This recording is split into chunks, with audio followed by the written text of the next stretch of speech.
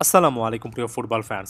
Inter মায়ামির সামনে CONCACAF champions কাপের একটা গুরুত্বপূর্ণ ম্যাচ, যেখানে রাউন্ড অফ 16-এর ফার্স্ট লেগে ইন্টার মায়ামি নিজেদের ঘরের মাঠে খেলবে জ্যামাইকান তুলনামূলক কম পরিচিত একটা ক্লাব ক্যাভেলিয়ারের বিপক্ষে। এবং এই মুহূর্তে সবচেয়ে বড় খবর, সব কিছু ঠিক থাকলে আসলে এই ম্যাচটা লিওনেল মেসির খেলার কথা। এর আগের ম্যাচে বিশ্রাম নিয়েছিলেন মূলত এই ম্যাচের আগে ফুললি প্রিপেয়ার্ড হয়ে যাওয়ার জন্য, এবং এটা সব দিক থেকে ভালো হয়েছে। আগের ম্যাচের রেজাল্টটাও ইন্টার মায়ামির পক্ষে এসেছে।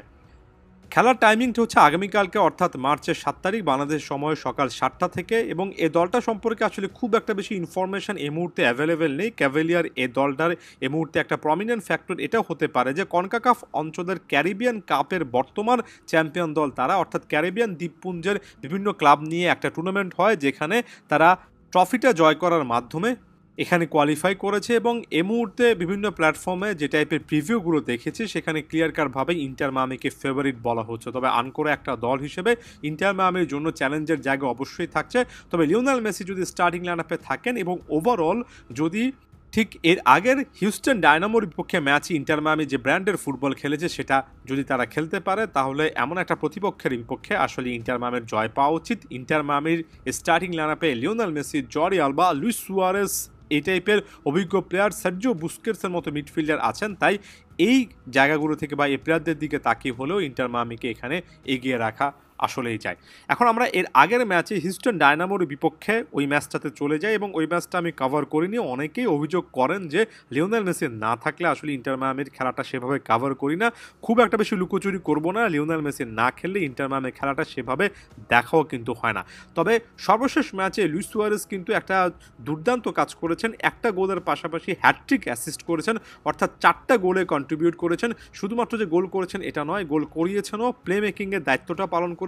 তবে এর পাশাপাশি সেগোভিয়া এই বক্স টু বক্স মিডফিল্ডারের জোড়া গোল, তাদেও আলিয়েন্দে বা আইয়েন্দের একটা গোল, সার্জিও বুস্কেটসের একটা অ্যাসিস্ট, সব মিলিয়ে এই 4জন পারফর্মারের পারফরমেন্সটা আসলেই অনেক ভালো ছিল। এবং বিশেষ করে লুইস সুয়ারেজের একটা ম্যাচে 4টা গোলে কন্ট্রিবিউশনটা তাকে এমন একটা জায়গায় রাখবে, ওই যে বললাম ফিটনেস সংক্রান্ত ইস্যু বা নানা ব্যাপার ওভারঅল মুভমেন্ট দেখে আপনার মনের মধ্যে যদি ডাউট তৈরি হয়, তাহলে সর্বশেষ ম্যাচে সেটা অনেকটা পরিষ্কার করেছেন। কনকাকাফ চ্যাম্পিয়ন্স কাপটা যেহেতু চ্যাম্পিয়ন্স লিগ পর্যায়ের একটা প্রতিযোগিতা কনকাকাফ অঞ্চলের, এই ম্যাচটাতে লুইস সুয়ারেজের কাছ থেকে আমরা এমন টাইপের একটা সার্ভিস আশা করছি। এবং এর পাশাপাশি সেগোভিয়া এবং তাদেও আইয়েন্দে এ প্লেয়াররা যে দলের সাথে খুব ভালোভাবে মানিয়ে নিয়েছেন, সেটা কিন্তু এর আগের ম্যাচে স্পষ্ট হয়েছে। আমার কাছে মনে হয় ডিফেন্স লাইনটা যদি ঠিক থাকে, তাহলে এই কম্পিটিশনটাতে লিওনেল মেসির দলের আসলেই ভালো কিছু করা সম্ভব।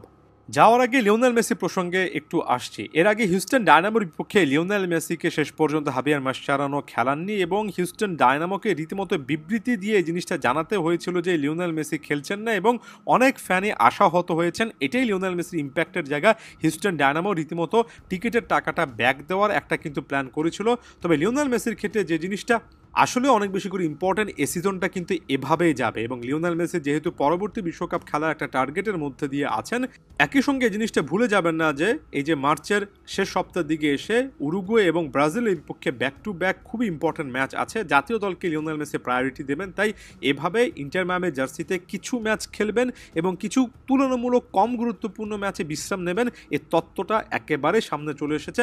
আমার কাছে এটা কোনো দিক থেকে নেগেটিভ কোনো ব্যাপার নয়, বরঞ্চ লিওনেল মেসির ক্যারিয়ারটাকে আরেকটু বেশি করে লম্বা করার জন্য আমার কাছে মনে হয় হাবিয়ার মাসচারানো যদি এমন টাইপের একটা প্ল্যান নেন, তাহলে সেটা লিও মেসির সাথে আলোচনা করে নিয়েছেন। তাই বেশ কয়েকটা ম্যাচে লিওনেল মেসিকে যদি খেলতে না দেখেন, খুব একটা বেশি হতাশ হবেন না। এই জিনিসটা মাথায় রাখবেন যে এটা তার জাতীয় দলের ক্যারিয়ারের জন্য উল্টো ভালো হবে। ধন্যবাদ সবাইকে।